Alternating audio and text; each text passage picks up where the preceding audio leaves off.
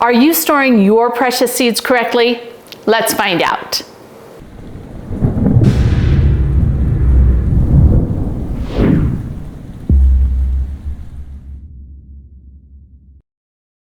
Hey Provident Preppers, I'm Kylene, and today we are going to talk about storing seeds long-term correctly so that they will be viable, so that they will produce healthy and strong plants when you are ready to use them.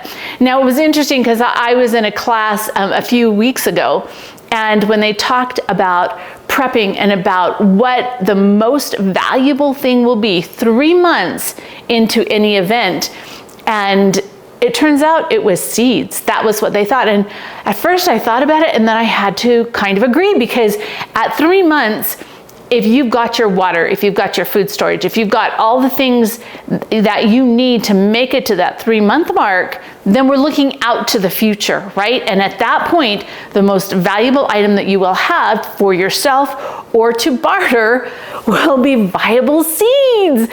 But the seeds aren't any good if they're not stored correctly. So today, we're gonna talk about how to store them correctly, the best that we can for a long-term storage life, right? Now let's just knock out the fact right now. Seeds aren't going to be viable for 30 or 40 years. They're just not.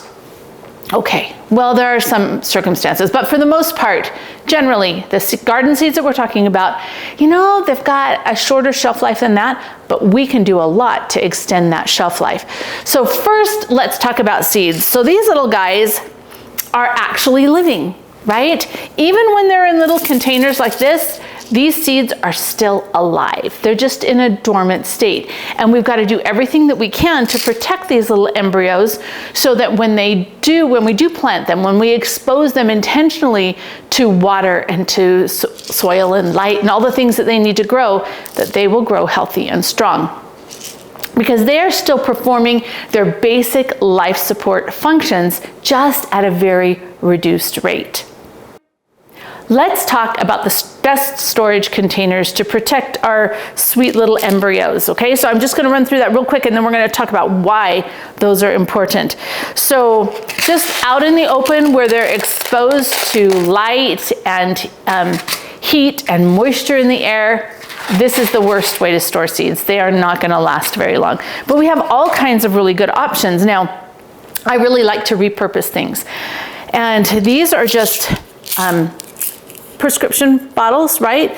And what we've done is we've just put the seeds in them and labeled them, and they work super fantastic.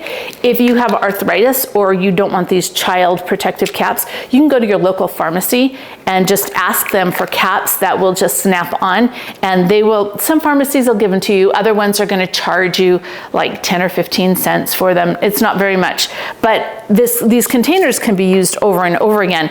Now, this is something many of you might not know what it is, but back in the olden days when we had film in our cameras, this stored the film and protected it from light and moisture and air. And so these are perfect if you happen to have a little film canister or anything like it, right? I have a friend who actually was growing his own tomatoes, and he was crossing them and trying to come up with a new variety of tomatoes.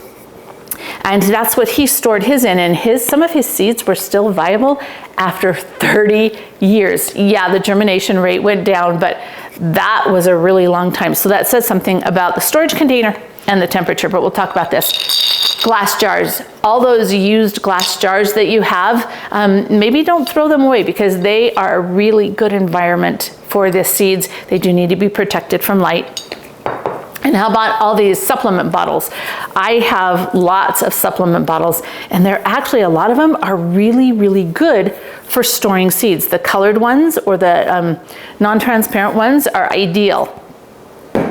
And then, anybody out there have number 10 cans? So seeds store really well just inside of one of these number 10 cans with a plastic lid, right? Got to repurpose everything. This is a bucket. Buckets are great for seeds. This is actually from Survival Garden Seeds, and like, they're my new, I'm such a fan of them. But this is my next year's little seed vault. This is the farmer's seed vault. And I'm not gonna open this one. I'm just leaving it in this environment, and it's gonna stay downstairs in my cool basement storeroom. Next year, maybe the year after. We'll see what everything holds, right? We'll see how life works. Now, with my seeds, let me show you how I do these. So I have these containers, and I put them in, like this one is cold weather vegetables, and I have one for warm weather. I have one for microgreens, but just so that, like in the springtime, I don't need all my seeds out, so they can stay downstairs where it's nice and cool. I take the packets and I put the packets in just Ziploc bags so that it'll keep the moisture out, right? Another layer of protection. So like this is celery. I just group them all together. This is kale. And I can use these bags year after year. And they're always kept just in a nice container that protects them from ambient moisture, right? Moisture that's in the air. So let's talk about, and these are just, oh, I forgot mylar. Okay, mylar is super cool because it's a true oxygen and moisture barrier. These are from Wallaby Bags, and they have a new kit where they have 3 different sizes of bags. So you could store seeds in this that are separate, or that are in, you know, just like corn seeds or bean seeds. Or you could put a whole bunch of packets in one of these larger ones, and these zip closed, and you could heat seal them too. And so that's a good option. Wallaby Bags has oxygen absorbers that go with them too, and we'll talk about that in just a second. So let's talk about why we're putting them in these containers. Because we want to protect them from moisture. The 2 biggest enemies to seeds are moisture and heat. So we want to start with good quality seeds that have been totally dried out, right? But we need to protect them from moisture. Let's talk about the moisture content of seeds first. Now, Dr. James Harrington, who is well known for his research work in storing seeds, says that for every 1% less in moisture, between 5 and 14% that you have in your seeds, it will double the shelf life, which means that we really want to have our seeds as dry as possible. Do we want to dehydrate them? No, that's going to kill our seeds, but we want them to be really nice and dry before we ever start to store them, because every time we double that shelf life of the seeds, right, we're doing some great things. In fact, I wrote a post that has all of this information just spelled out in it. So if you click the card in the corner, it'll take you to that post, or you can go to a link below and you can just read all this stuff and see some of the pieces of his research. So we want to start with really low moisture. Now, remember your seed's in a dormant state when you've stored it. And if you introduce moisture to that seed, you're going to start the life process, which we don't want to happen, right? Because we don't want to exhaust that seed or start the germination. So we want to protect it from moisture. All of these containers that we talked about will do a great job of protecting the seeds from the moisture in the air, because that is a real threat. Now, the second thing we want to talk about is temperature. Temperature with seed storage will make all the difference. In fact, Dr. Harrington also said that for every 10 degrees cooler that you store your seeds, you are going to double the shelf life. So let's think about this for a minute. If you store these seeds in a 70-degree house, you're going to have a certain shelf life. It's double what it is if you store it in 80 degrees. But what if you stored it in 60? Or in 50 degrees, or in 40 degrees. Do you see? What we're doing is, if we've got this really cool temperature, then those seeds are going to remain viable much, much longer. So that's our goal. We want to store them in a way that protects them from moisture, and we want to store them cool. Can you store them in the refrigerator? Absolutely. Can you store them in the freezer? Sure. The problem is, you've got to protect them from moisture even when they're in the refrigerator or freezer, because if it's a moist environment, freezing them isn't going to make the difference. So make sure that you're protecting them from moisture. The third thing that we need to talk about are pests. So seeds are a wonderful meal for both insects and critters like rodents. And so we want to make sure that whatever packaging we're using is rodent proof or rodent resistant at the very least. So if I were storing all of my stuff in Mylar, Mice can totally eat this, right? This is a great package, but I would put it in a secondary container, something like a bucket or this. A metal can would be great. The plastic lid that's on here is your weak spot. Can rodents chew through this? Yes. It's not going to be as easy if you keep your environment rodent-free, but if you had something like an ammo can to store them in or something that was metal, that would even protect them, hopefully, from rats. But hopefully that's not an issue. But the other thing is insects. So I actually had some seeds that I had from a friend that she saved for me of some peas. And the peas, when I opened them, they had all these little holes in them because they had some kind of a little beetle that was in there eating them. So they were of no use to me. Now, one of the things that will kill insects are oxygen absorbers. So if you're concerned about there being seeds in there, especially, or not seeds in there, if you're concerned about there being insects in your seeds, you may want to add an oxygen absorber, especially if you've harvested them yourself. A lot of times when you purchase the seeds, they've gone through a real cleaning process, and the likelihood of there being some insect infestation is not as great when they're done professionally.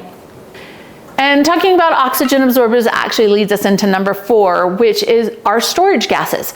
Seeds store best in nitrogen or carbon dioxide. Isn't that interesting? But that's the environment that they really thrive in, according to some studies. Now, if we use an oxygen absorber, we are only removing the oxygen. We're not removing the nitrogen or the carbon dioxide. And so that creates a really good gas environment for those little seeds. We did a study. It was a personal study where we took a bunch of our stored wheat, all different ages, different storage containers, and we sprouted it. And it was very interesting because the whole reason I did it was to find out whether or not my food storage that had oxygen absorbers in it would sprout or not, because I was told it wouldn't. Well, guess what?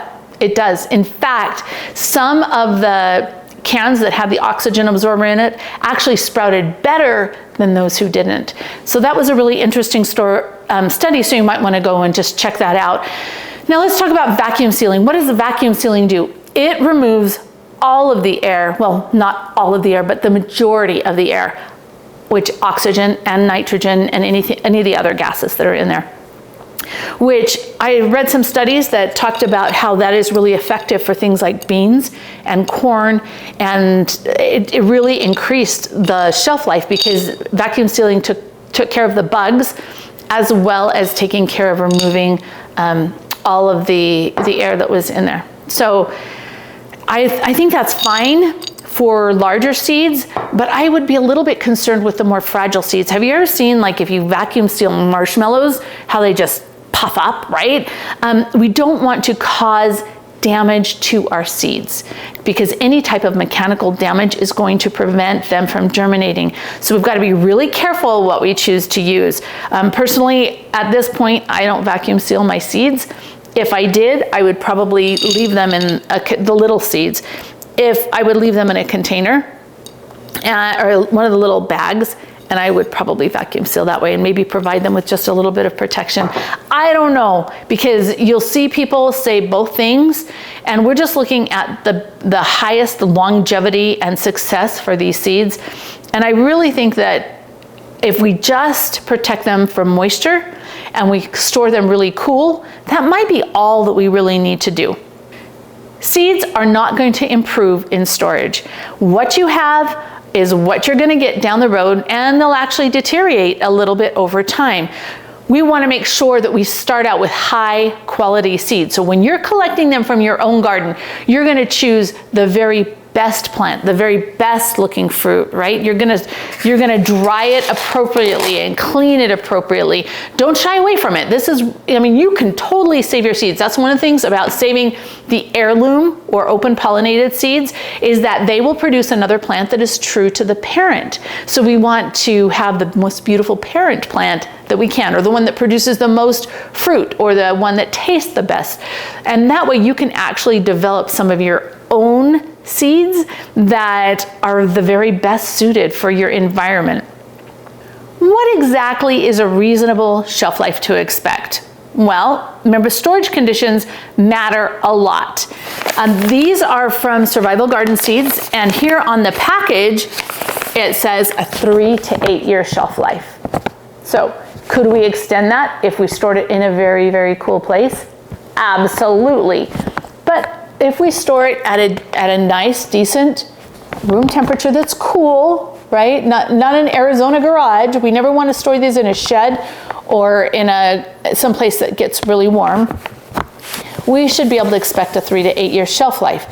But if we store them cooler, we could get a longer shelf life. Now, some seeds just don't store very long, no matter how you store them. Onion seeds are an example.